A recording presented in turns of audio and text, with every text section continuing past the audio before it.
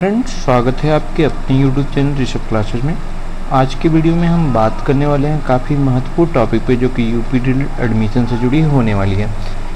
जो भी स्टूडेंट 2024-26 में डीएलएड करना चाहते हैं, चाहे वो यूपी की हो या फिर यूपी के बाहर किसी भी स्टेट से हो, तो उन स्टूडेंट के लिए ये वीडियो काफ़ी महत्वपूर्ण होने वाली है। इस वीडियो में आपको फॉर्म भरने से लेकर आपके एडमिशन तक की संपूर्ण जानकारी प्रदान की जाएगी, तो आप लोग वीडियो से लास्ट तक जुड़े रहिए, ठीक है। देखिए, जैसा कि आप लोग को पता है कि एडमिशन जो है वो 18 तारीख से स्टार्ट है। आप लोग की विज्ञप्ति भी जो है 12 सितंबर के लगभग आपके साइट पे, जो पीएनपी का ऑफिशियल साइट है, उस पर अपलोड कर दी गई थी। तो वहाँ से जाके आप लोग विस्तार पूर्वक चीज़ों को पढ़ सकते हैं। मैं उसका लिंक जो है डिस्क्रिप्शन बॉक्स में डाल दूँगा, ठीक है।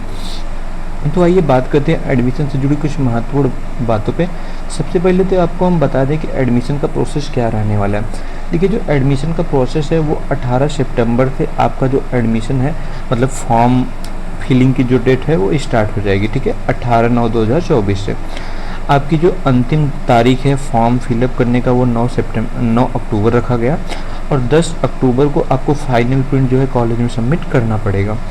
12 दिसंबर से आपकी क्लासेस जो है वो फर्दर स्टार्ट हो जाएंगी। ये तो 12 अक्टूबर तक आपको जो है आपका जो प्रिंट आउट है उसको लेने की डेट है, लेकिन 12 दिसंबर से आपकी क्लासेज जो होंगी वो स्टार्ट हो जाएंगी, ठीक है। ये चीज़ें आप लोग ध्यान में रखिएगा। तो हम बात करते हैं थोड़ा सा। देखिए, जो एडमिशन है ना, आपके प्रशिक्षण की अगर हम बात करें तो ये जो आवेदन होगा ये पूर्णतः ऑनलाइन आवेदन होगा, जो कि विज्ञप्ति में लिखी गई है कि आपका आवेदन जो होगा वो ऑनलाइन के माध्यम से किया जाएगा, ठीक है। तो अब इसके बाद हम थोड़ा सा बात करते हैं कि सीटों का चयन कैसे किया जाएगा। तो देखिए, सीटों का चयन जो किया जाता है वो काउंसलिंग प्रोसेस के थ्रू किया जाता है, जिसमें कि 2 चरण में काउंसलिंग होता है, first phase and second phase में। रैंक के हिसाब से काउंसलिंग में प्रतिभाग करने का अवसर प्रदान किया जाता है। तो वो चीज़ें आगे चल के क्लियर होंगी कि क्या प्रोसेस होता है। और अगर हम आवेदन के लिए थोड़ी सी योग्यता की बात करें, तो योग्यता देखिए, आपकी योग्यता जो होगी ना, योग्यता में आपके पास जो है इंटरमीडिएट, हाई स्कूल और ग्रेजुएशन की डिग्री होनी चाहिए। आप चाहे आप सीबीएसई बोर्ड से पढ़े हो, या फिर आप यूपी बोर्ड से पढ़े हो, या फिर आप आईसीएसई बोर्ड से पढ़े हो, ठीक है। आप किसी भी बोर्ड से हो, मान्यता प्राप्त कॉलेज से पढ़े होने चाहिए, आपकी डिग्री जो होनी चाहिए वैलिड होनी चाहिए। और आप ग्रेजुएशन में आपका बीए हो, बीएससी हो, बीटेक हो, कोई भी ग्रेजुएशन हो, जो कि हमारा 10+2+2 का पैटर्न है, उसके आधार पे आप लोग का जो भी डिग्री है ग्रेजुएशन की वो मान्य होगी, ठीक है। लेकिन ग्रेजुएशन की एक कंडीशन है, उसमें आपका कम से कम 50% अंक के साथ आप उत्तीर्ण होने चाहिए ग्रेजुएशन में। अगर आपका 50% से कम है तो आप एडमिशन लेने के लिए एलिजिबल नहीं होंगे यूपी डीएलएड में, ठीक है। और इसमें देखिए, कुछ जो अनुसूचित जातियां हैं या फिर अनुसूचित जनजातियां हैं, और जो विकलांग श्रेणी स्वतंत्रता संग्राम या फिर भूतपूर्व जो सैनिक हैं, उनको 5% अतिरिक्त छूट मिलती है, ठीक है। तो ये चीज़ें आप लोग ध्यान में रखिएगा, ठीक है। और अब हम बात करते हैं, अगर आप ये देखिए, अब यहाँ पे बात होती है कि आपकी जो डिप्लोमा, देखिए जो कुछ लोग डिप्लोमा किए होते हैं जो कि इंटर के समकक्ष चाहते हैं, तो वो लोग भी एलिजिबल होंगे। और अगर हम आयु की बात करें तो आपकी आयु जो होगी वो 18 से कम नहीं होनी चाहिए और 35 साल से अधिक नहीं होनी चाहिए, अगर आप डीएलएड करना चाहते हैं, ठीक है। इसमें भी आपको जो अनुसूचित जाति, अनुसूचित जनजाति या फिर जो एक्समेन सर्विस वाले होते हैं, इन सबको काफ़ी रिलैक्सेशन मिलती है। रिलैक्सेशन इस आधार पे मिलती है कि आपकी, देखिए जो हमारे सैनिकों को रिलैक्सेशन मिलती है ना, उसमें क्राइटेरिया ये रहता है कि आपका जो आपने जितने टाइम ड्यूटी की है और आपका जो वर्तमान एज है, उसमें से माइनस करके आपको 2 से 3 साल की और रिलैक्सेशन मिलती है, ठीक है। अगर किसी का रहेगा तो आप बताइएगा, हम उस चीज़ को क्लियर कर देंगे। अब हम बात करते हैं निवास का। देखिए, एडमिशन के लिए एक चीज़ ये होनी चाहिए कि आप यूपी के निवासी होने चाहिए। और इस बार तो क्या होगा कि आप अदर स्टेट से हैं तो भी आपको मौका दिया जाएगा, लेकिन अदर स्टेट वालों को सेकंड काउंसलिंग में मौका दिया जाएगा, सेकंड राउंड में, ठीक है। फर्स्ट राउंड में मौका नहीं दिया जाएगा। तो ये चीज़ें आप लोग ध्यान में रखिएगा। और आपके लिए निवास प्रमाण पत्र अनिवार्य है। आप लोग जाति प्रमाण पत्र भी बनवा लीजिएगा और आय प्रमाण पत्र भी बनवा के रख लीजिएगा, ठीक है। और आपकी जो ये डॉक्यूमेंट होने चाहिए, ये 9 दिसंबर से पहले तक बने होने चाहिए। 9 दिसंबर के बाद की कोई भी डॉक्यूमेंट आपकी मान्य नहीं होगी, या फिर आपका रिजल्ट 9 दिसंबर के बाद आता है तो आपका रिजल्ट मान्य नहीं होगा। तो एडमिशन के लास्ट डेट से पहले आपके सारे डॉक्यूमेंट, आपके रिजल्ट पूरे एकदम मतलब कि आपके पास होने चाहिए, ठीक है।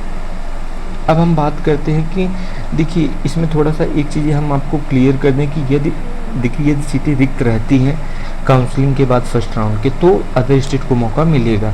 ये चीज़ें साफ तौर पे विज्ञप्ति में लिखी गई है, आप लोग भी पढ़ लीजिएगा, ठीक है।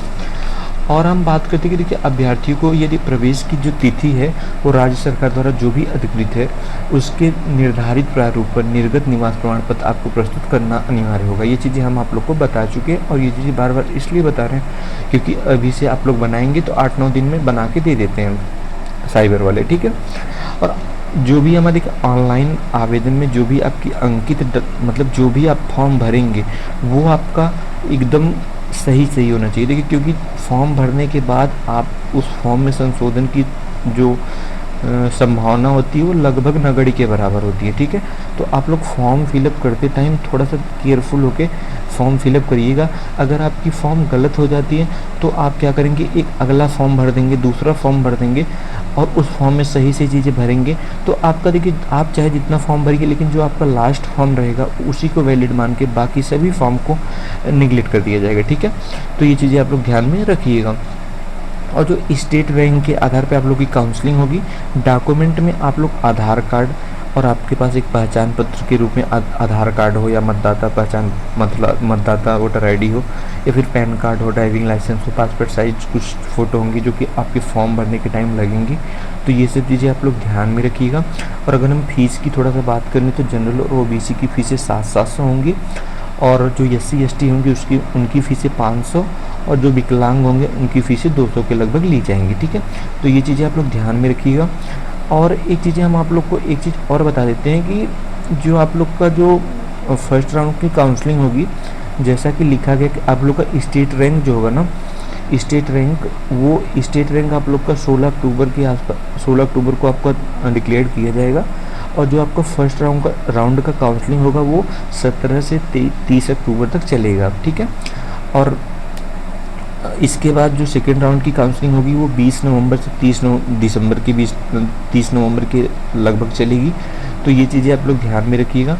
और पिछली बार से एक चेंज हुआ है कि आप लोग को जो 5-5 हज़ार रुपये का इंस्टॉलमेंट में फ़ीस देना होता है, तो वो चीज़ें आप लोग को देनी पड़ेंगी। वो चीज़ें कैसे होती हैं मैं नेक्स्ट वीडियो में बता दूंगा। 5,000 अलॉटमेंट का लगता है और 5,000 कन्फर्मेशन का लगता है, ठीक है।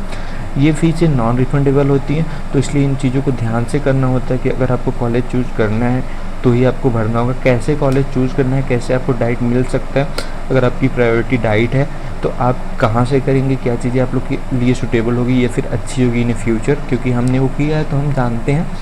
तो आप लोग जुड़े रहिएगा चैनल से। अगर वीडियो अच्छी लगती है तो वीडियो को लाइक करिएगा। मिलते हैं नेक्स्ट वीडियो में, तब तक के लिए tata bye bye, take care, thanks for watching.